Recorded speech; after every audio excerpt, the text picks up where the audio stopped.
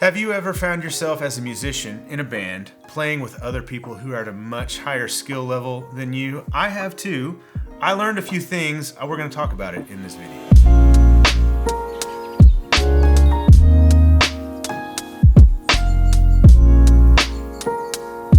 Welcome to Worship Tutorials. Bradford and I did a live stream yesterday. I know it wasn't yesterday for you because you're watching this video in the future. They're in the future, we're in the present. But yesterday we did a live video on gear and we had a lot of great questions. And I wanted to take one of those questions and just talk about it a little bit because I think it was an important one. This question came from a YouTube user, follower of the channel, named Sigona Josue. Did I get that name right? This was the question. Tips on how to play with people who are at a much higher skill level than you. And I think this is a great question. We had great discussion on this question in the live video, and I want to go through some tips from my own personal experience because this has happened to me that I hope can be helpful. So the first thing I want to do is tell you a story. I used to be at a church called New Hope Church. I was a campus worship leader. Nick is behind the camera. Nick was our student pastor there.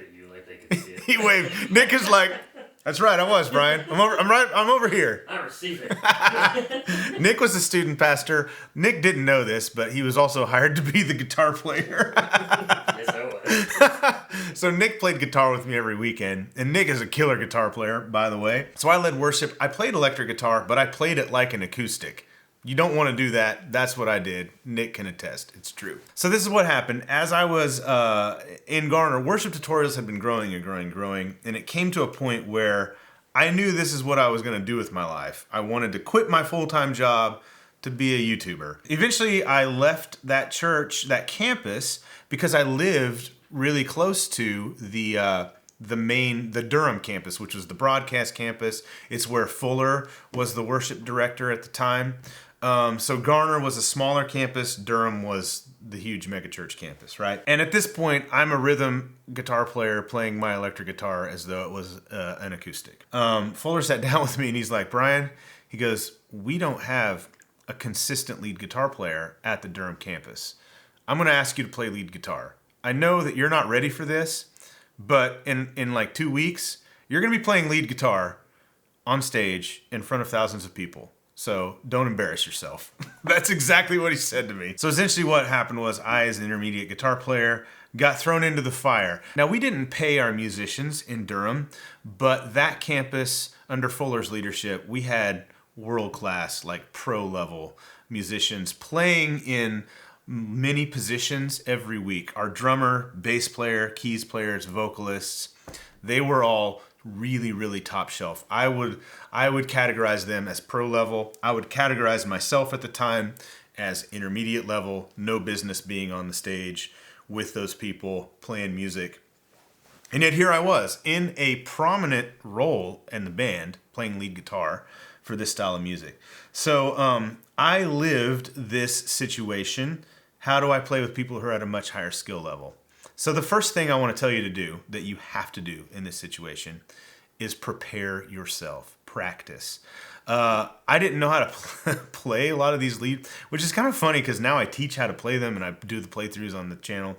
Back then, years ago, Bradford was the only one doing electric guitar playthrough videos. I'd film Bradford and I'd edit the videos, but he was the one executing because I didn't know how, and he did. So I literally would go, I'm getting ready for a Sunday, and I'd pick, we have 4 songs. I'd pick the four songs that we did that week. I learned how to play those, like, that's all I did. Learned how to play those 4 songs. I'd be pulling up the videos, and I'd be like, slowing. Did you know that you can watch videos at half speed on YouTube? It's a great way to learn if you need to do it. I'm pulling up the videos that I produced and edited and uploaded to YouTube, watching Bradford in half speed, like, that's how he did that. Oh, that's how you play that part. So Bradford basically gave me an education, both in person a little bit and via the YouTubes, just like he does for many of you. I was watching Worship Tutorials videos to figure out how to play the songs week in and week out, and I just practiced. So step number 1, you have to practice. You have to prepare yourself. Tip number 2 is don't freak out. Don't be nervous. I think a lot of times many of us think that really high level musicians like don't want to play with people who are below their skill level, or they look down on people that are below their skill level. And in my experience, that might be true for some players. I hope those players aren't the ones playing on your worship teams. But in my experience, that is not at all how those players view those of us who are not at their skill level. I'm going to talk about a guy named Ray. Nick, did you ever meet Ray? This guy is one of the most top shelf musicians I've ever played with on keys. He could do literally anything he wanted to do. He was great as far as knowing what to play, when to play. He didn't play too many notes. He didn't play too few notes. He knew the music. He knew the team. This guy was a pro at every level. Ray, I know Ray watches this content. Ray, if you're watching, I miss you. You're a stud. All right, so I played with Ray all the time. Ray is up here at his skill level. I'm down on the floor somewhere, okay? He loved playing with it. He would come up after. He's like, Brian, that guitar part you played was awesome. And literally it was 3 notes. That's 5 notes, right, Nick? Down a scale. All right, that's reckless love. I was never good at theory. It's literally a few notes. And he would come up, he's like, man, it's so great to play with you. And I use Ray as an example because, one, he was off the charts skilled, and I was not. But he loved playing with me, and I think it was because, one, and this is another point, just be nice to people. Like, I was a pleasant person to be around, but I prepared myself. I came in, I knew my parts, and I played it, and I just let myself worship on stage and be engaged in what was happening. And Ray and the other, I'm thinking of we had a bass player. We had Angelo, if you're watching, Angelo, Buster, if you're watching. I know some of these people watch the the channel. John on the drums. We had a couple drummers who were just off the charts.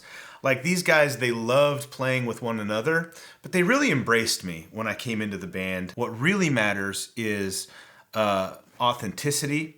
What really matters is being prepared and preparing yourself to the level of excellence that you can achieve, not that somebody else can achieve, but that on stage when you play or as you rehearse, be yourself, be authentic, allow yourself to engage in worship. And I say don't be nervous because I think a lot of times we get so nervous, especially if we're on a larger platform. Although I could make lots of content about how the size of the platform does not matter. But if we're on a larger platform, your nerves get to you. And if we're playing alongside people who are clearly at a higher skill level than we are, it's easy to get really nervous. But I'm just going to say don't. The people, they're not looking down on you, hopefully. If they are, I think they should be removed from the team. But they're not going to look down on you. They're not going to think less of you because you're not at the same skill level. What people value is authenticity. People value hard work and doing the best job that you can. So the last thing I want to say is use this opportunity to your advantage. The best way to get better is to play with people who are better. It's almost a matter of like, you have to be better. Like, you don't have a choice. Like, when I showed up in Durham the first day playing lead guitar, I knew in my head I cannot play at the level that I played a month ago in Garner, which kind of made me upset because why didn't I have that mentality when I was in the other environment? But it's different. You get to a point where you just know I have to raise my game, and I think often we will find that we are capable of far more than we think that we are. Nick and I were both saying, like, we got so much better in a very short period of time when we put ourselves in a position where we were playing with people who are at a much higher level. So use this time as an opportunity to get better, and you will. But look, you have to put in the time. You cannot do nothing and expect to show up and play. Fuller and I laugh about this all the time. It's like people who don't prepare. Like, what do you think you don't know the song coming in on Sunday morning. Like, what do you think is gonna happen? Like, the countdown's going to hit 0 and you're just going to magically know the song? You're going to know what chords to play? The Lord will give me the notes. Yeah. No, that is not how it works. So you have to put in the work. But I would say, and I realize that some people, you don't have the time to do it. We lead very busy lives, but we may have time for the things that are important to us. We make time for the things that are important to us. So it's fun though. When you're in that environment, one, it's very rewarding, it's very fulfilling, and it's a lot of fun to actually be able to look back over weeks and say, I have improved significantly. And then to see that play out in in a musical environment with other people, that is a lot of fun. So I would just want to encourage you in this journey, and just know that everybody at every level started at some point. So like every pro level musician was a beginner at some point. Just relax, have fun, but use this opportunity to really invest in yourself as a musician. Thank you so much for watching. If you haven't subscribed to the channel, I don't know what to tell people anymore, Nick. It's time to do it. What does it take? 5 seconds to click the bell? To click the subscribe button? Let the solo piano speak to your heart. The smooth jazz. I don't know what music we're playing under this, but it's gonna be something that's gonna move you emotionally. And my hope, my prayer even, is that it moves you to subscribe to the channel. You won't regret it. And I'm gonna thank you in advance for doing it. See you in the next one. Bye.